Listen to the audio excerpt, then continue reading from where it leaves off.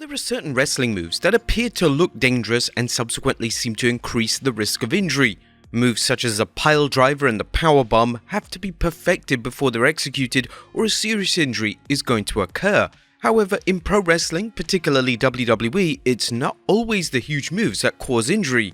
Over the years, standard moves and even simple body movements have led to career-altering injuries. Join us now as Wrestlelamia looks at 10 WWE injuries that occurred thanks to the most basic move possible. Be sure to subscribe and hit that notification bell for daily wrestling videos, and follow us on Facebook for exclusive lists. Also check out our new channel, Wrestlelamia Shorts.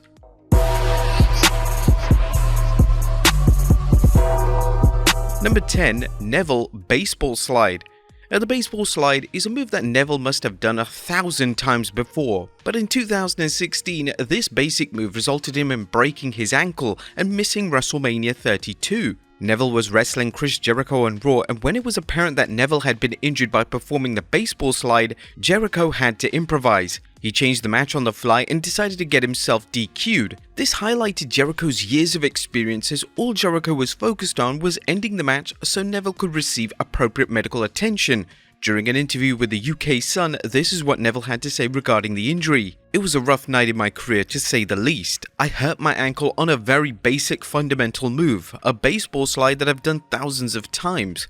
My toe got caught on the canvas, pulled me back and broke my ankle in 2 places. When it happened, I was not aware of what had gone on. I knew I'd tweaked my ankle, but I didn't know about the severity. I tried to continue, but I soon realized that I couldn't even hold any weight onto it. It was obviously really bad timing because WrestleMania was around the corner." Number 9. Sami Zayn Entrance Taunt. Sami Zayn's main roster call-up in 2015 was handled perfectly. Zayn would answer John Cena's US title open challenge and he received a thunderous ovation. There was just one small issue though. Zayn suffered a huge injury during his entrance. As Zayn was hyping himself and the crowd up, he suffered a torn rotator cuff. What was incredible about this was that nobody knew that Zayn had been injured until after the match was over. The match was so well received that it wasn't even remotely obvious that Zayn had been hurt. As a result, he was forced to take extended time away from WWE following the injury, but this was the perfect main roster introduction to one of the most popular stars of the modern era. Number 8. Luke Harper throwing a worked punch. In 2016, the late great Luke Harper suffered a serious knee injury by performing a move that is found in every single wrestling match, that being a standard worked punch. The injury took place during a dark match, and as Harper was delivering punches, his knee just gave out and he collapsed to the ground in a state of agony. During an interview with Quality TV, the former Intercontinental Champion would discuss how serious his injury was. In late March, a dark match on Raw, Wyatt family versus 4 random jerks throwing punches, and my leg buckled and popped with no contact. I thought I got shot. I thought someone hit me. No one was around me. I tagged out and I said, "My leg is broken." They said, "You have an ACL injury." Several people told me that. I got the MRI, got the x-rays and all that stuff, and it turned out I dislocated my patella and tore my MPFL ligament, which is the thing that holds your patella into place. Number 7. Enzo Amore Baseball Slide. A former WWE star, Enzo Amore, had a reputation for being able to injure himself by executing the most fundamental of wrestling moves. This was supported by comments from Simon Gotch, who claimed that Amore previously broke his leg by countering a worked wrist lock. Nevertheless, at the Payback pay-per-view in 2016, Amore managed to suffer a serious concussion by attempting to baseball slide out of the ring. During a match between Amore and Big Cass versus the Vaudevillains, Gotch threw Amore into the ropes and it looked like Amore was going to baseball slide out of the ring and transition into the next spot. However, Amore's head buckled and bounced off the bottom rope, and he proceeded to fall to the ringside floor in a heap. The match was called off and Amore was sent to the local hospital, where it was ruled that he had suffered a concussion, which would subsequently put him on the injured list for a number of weeks. Number 6. William Regal Body Slam. The body slam is a basic wrestling move that can be found in mostly every single wrestling match. It's one of the first moves that is taught when a wrestler begins to learn the art of wrestling. Whilst it does take both wrestlers working together to make the move work, it's extremely safe when done correctly. However, at the No Way Out pay-per-view in 2003, William Regal was legitimately knocked out with the move. During a tag match pitting Regal and Lance Storm against Kane and Rob Van Dam, Kane performed a slam on Regal, but upon the replay of the move, it was obvious that Regal's head made contact with the mat. Regal was out cold, and there was a few seconds of panic in the match as it was obvious that Kane didn't know what to do. Thankfully, Lance Storm was outstanding in covering for Regal, as for the rest of the match, he protected Regal as much as he could.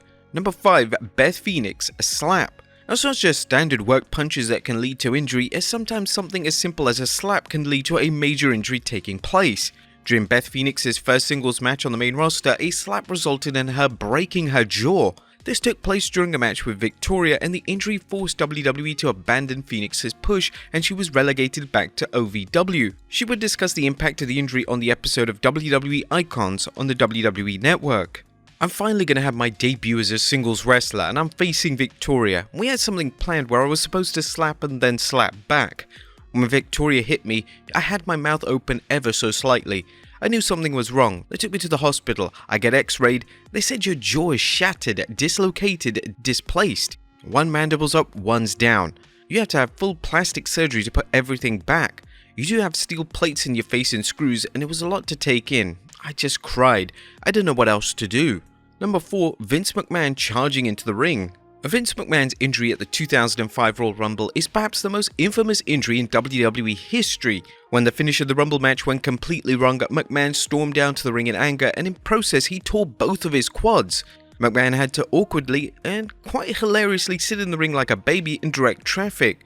Naturally, fans had no idea that McMahon was even hurt, and just assumed that he was sitting in the ring for dramatic effect. It was unbelievable that McMahon was virtually no-selling the injury, as he must have been in excruciating pain. Number 3. Randy Orton hitting the mat. One of the top matches on the Over the Limit 2010 pay-per-view card was Randy Orton taking on Edge. However, the finish of the match had to be drastically changed after Orton suffered an injury while setting up for the RKO. Orton was hitting his hands on the mat getting ready to perform the move, and this was when he suddenly stopped as Orton realized he'd hurt his shoulder. It was believed that Orton suffered a separated shoulder, and thankfully he didn't miss any time away from WWE television. Number 2. Kevin Nash running across the ring. Fans like to make jokes in relation to Kevin Nash tearing his quad, and the reason for this is that Nash tore his quad in the most unusual way possible back in 2002. During a 10-man tag on Raw, Nash was tagged into the match, and after performing some basic moves, he charged at Bubba Ray Dudley, who was on the apron. However, upon doing this, Nash fell to the ground, and it was later confirmed that he had completely torn his quad. The match was quickly changed on the fly so Nash could receive immediate medical attention, and during an episode on the popular Click This podcast, Nash would claim that the injury felt like he had been shot. The former WWE champion added, "It felt like a shotgun, and then I went down, and Bubba was really cool because Bubba bent me over and he was talking to me. And I said, I think it's my knee, and I'm putting on it right there to see if it's snug. Like it's not that movement when you tear your ACL. So Bubba comes over and I say, brother, so he looks like, stay where you're at. And he just kind of lays down and just makes sure that nobody hits me." And number 1, Triple H planting his left leg. The May 21st, 2001 edition of Raw featured one of the most well-known yet sinister injuries in WWE history taking place. In an acclaimed classic, Triple H was teaming with Stone Cold Steve Austin against Chris Jericho and Chris Benoit, and when the game attempted to break up the walls of Jericho, the game planted his left leg and tore his quad. Somehow, Triple H managed to continue the match as originally planned, and he would even allow himself to be put in the walls of Jericho on the announce table. It was a once-in-a-lifetime performance from Triple H. Whilst the game would miss the rest of 2001, including the Invasion storyline, he would eventually return in early 2002 as one of the most popular talents in the entire company. But there you have it, folks, 10 WWE injuries that occurred thanks to the most basic move possible. Be sure to leave your comments down below, and I'll see you next time with some more wrestling content.